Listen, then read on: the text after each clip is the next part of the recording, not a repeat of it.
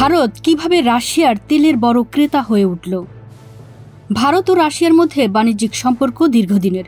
এর মধ্যে জ্বালানি বাণিজ্য সহজে জায়গা করে নেয়। রাশিয়া রয়েছে বিপুল জ্বালানি, আর ভারত তা আমদানিতে দেশটির উপর নির্ভরশীল। 2022 সালের ফেব্রুয়ারিতে ইউক্রেন আগ্রাসনের পরপরই রাশিয়ার তেল ভারতের জন্য গুরুত্বপূর্ণ হয়ে ওঠে। ওই বছরের শুরুর দিকে ভারতের অপরিশোধিত তেল আমদানিতে রাশিয়ার অংশ ছিল মাত্র 0.2%।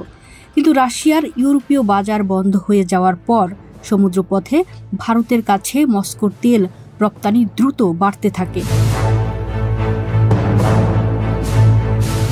2023 সালের মে মাস নাগাদ রাশিয়া প্রতিদিন ভারতকে 20 লাখ ব্যারেল তেল দিচ্ছিল। এটি ভারতের মোট আমদানির প্রায় 45%, যা চীনের পর দ্বিতীয় সর্বোচ্চ। কিন্তু ট্রাম্পের হঠাৎ করে রাশিয়ায় তেল কেনা নিয়ে ভারতকে আক্রমণ ভারতীয় প্রধানমন্ত্রী নরেন্দ্র মোদীর জন্য নতুন জটিলতা তৈরি করেছে। ভারত যুক্তরাষ্ট্রের প্রায় 44 বিলিয়ন $4,400 কোটি সামগ্রিক বাণিজ্য ঘাটতি মেটাতে দৃঢ় প্রতিজ্ঞ বলে জানিয়েছেন ট্রাম্প। মোদীর প্রতিনিধি দল ভেবেছিল ভারত যদি যুক্তরাষ্ট্রের কাছ থেকে তেল বা প্রাকৃতিক গ্যাস কেনা শুরু করে তবে এই ঘাটতি কমানো সম্ভব।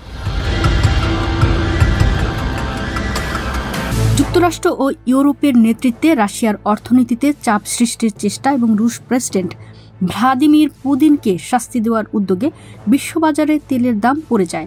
ভারতের সুযোগকে মূল্য ছাড়ে তেল কেনার সুবর্ণ সুযোগ হিসেবে দেখে তা লুফে নেয়। 2 বছর ধরেই ভারত নিয়মিত রাশিয়ার কাছ থেকে তেল কিনছে।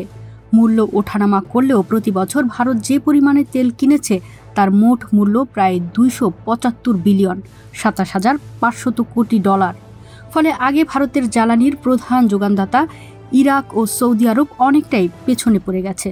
প্রেসিডেন্ট ডোনাল্ড ট্রাম্প ভারতকে রাশিয়ার কাছ থেকে বিপুল পরিমাণে তেল কেনার জন্য দায়ী করে বসেন এবং বিদ্যমান 25% শুল্কের উপর আরও শাস্তিমূলক কর বসানোর হুমকি দেন।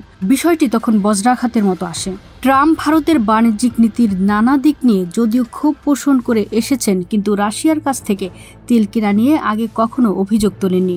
ভারতের ধারণা ছিল ট্রাম্প পুনর্নির্বাচিত হলে রাশিয়ার বিরুদ্ধে অবস্থান নেওয়ার জন্য জো বাইডেন ও পশ্চিমা দেশগুলোর যে চাপ তা থেকে তিনি কিছুটা স্বস্তি দেবেন।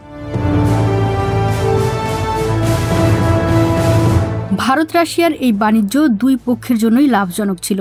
ইউরোপীয় ইউনিয়নের নির্ধারিত $60 ব্যারেল দরের সীমা রাশিয়ার মানার কথা থাকলেও দেশটি ছাড়ে তেল বিক্রি করতে পেরেছে, আর ভারত সেই ছাড়ে তেল কিনেছে। দেশটির তেল কোম্পানিগুলো একাংশ নিজস্ব ব্যবহারের জন্য আর বাকিটা ডিজেল সহ অন্যান্য পণ্য হিসেবে রপ্তানি করেছে। এর কিছু ইউরোপেও গেছে। কিন্তু মোদির জন্য এটি একটি কঠিন পরিস্থিতি। গত জুন থেকে ট্রাম্প তাকে খাটো করে দেখাতে শুরু করেছে।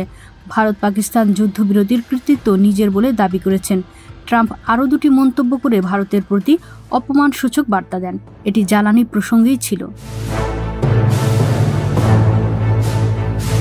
প্রতিবেদনে ছিলেন মিতু রুপাইয়া, কণ্ঠে আছি আমি সুমনা সুমা, ওয়ার্ল্ড ভিউজ।